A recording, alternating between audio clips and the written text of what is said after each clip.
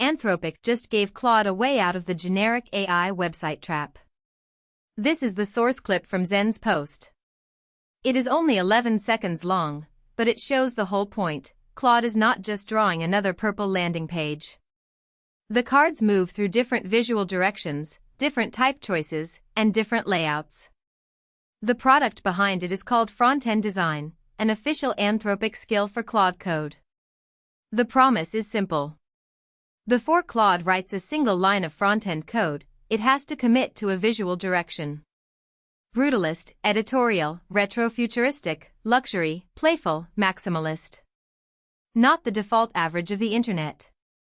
In this video, I am going to verify the source, install it in a clean sandbox, show what the skill actually says, and explain where the hype is real and where you still need taste. The reason this matters is that AI front-end output has a recognizable smell. The same sans serif body font. The same glass card. The same hero section with a gradient blob behind it.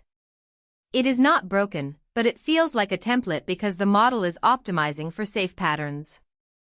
Zen's post calls that AI slop, and the official skill file basically attacks the same problem. It tells Claude to start with purpose, tone, constraints, and differentiation. It asks for a bold aesthetic direction before implementation. That small ordering change matters. If the agent chooses the look after the code is mostly written, the design becomes decoration.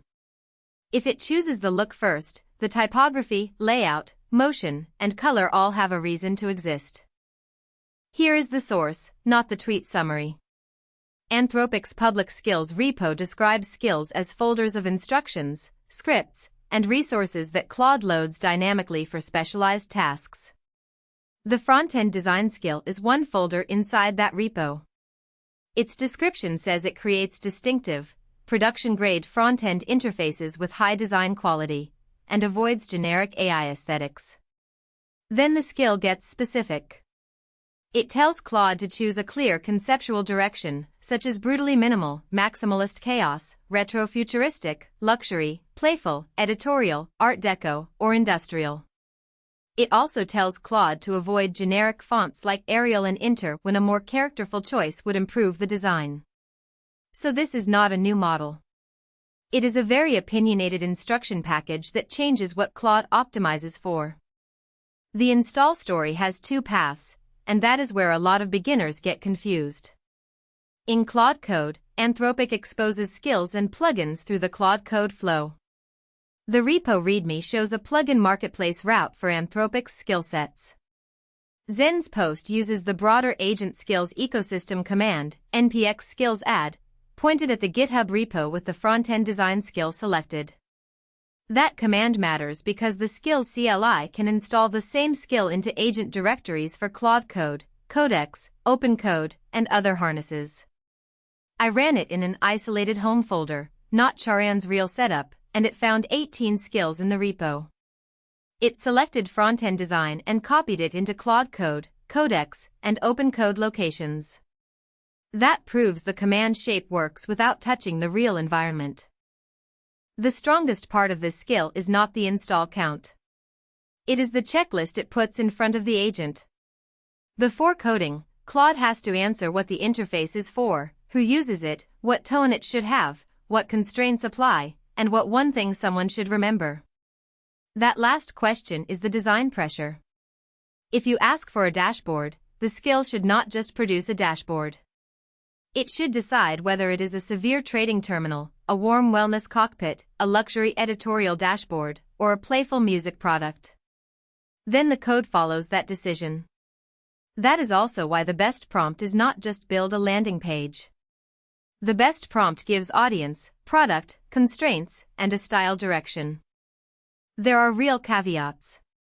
First, the source video has no usable narration, so this video uses source footage, official pages, repo files, and real terminal output as proof. Second, the X post numbers moved quickly. The post said 136,000 GitHub stars and 418,000 installs. At capture time, the GitHub API showed more than 141,000 stars, skills.sh showed more than 460,000 installs, and the Claude plugin page reader showed a higher install count again. That is not a contradiction. It means the release is moving fast, and different surfaces update at different times. Third, the repo has mixed licensing across folders. The Frontend design skill itself includes Apache 2.0 license text, but not every skill in the repo should be described with one blanket license claim. So who should actually use this? If you already have a real design system, the skill is a starting assistant, not the final authority.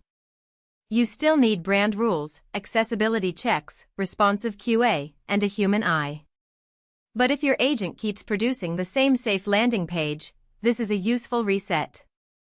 It pushes the model to make a design bet before generating code. That makes it especially useful for prototypes, landing pages, dashboards, internal tools, and early product concepts where you needed direction fast. It is also useful outside Claude code if your harness supports agent skills, but verify your exact install path. Agent compatibility is a practical detail, not a vibe. My recommendation is simple. Do not watch this as another shiny Claude code feature. Watch it as a sign that agent workflows are becoming more procedural. The agent is not only asked to code. It is given taste rules, source constraints, motion rules, and pre-ship checks. That is where these skills become powerful. Install the skill, give it a real product brief, name the aesthetic, and then judge the output like a designer would. Does the typography match the tone? Does the layout have a point of view? Does the motion help, or is it decoration? If the answer is no, the skill did not finish the job. It just gave you a better first draft.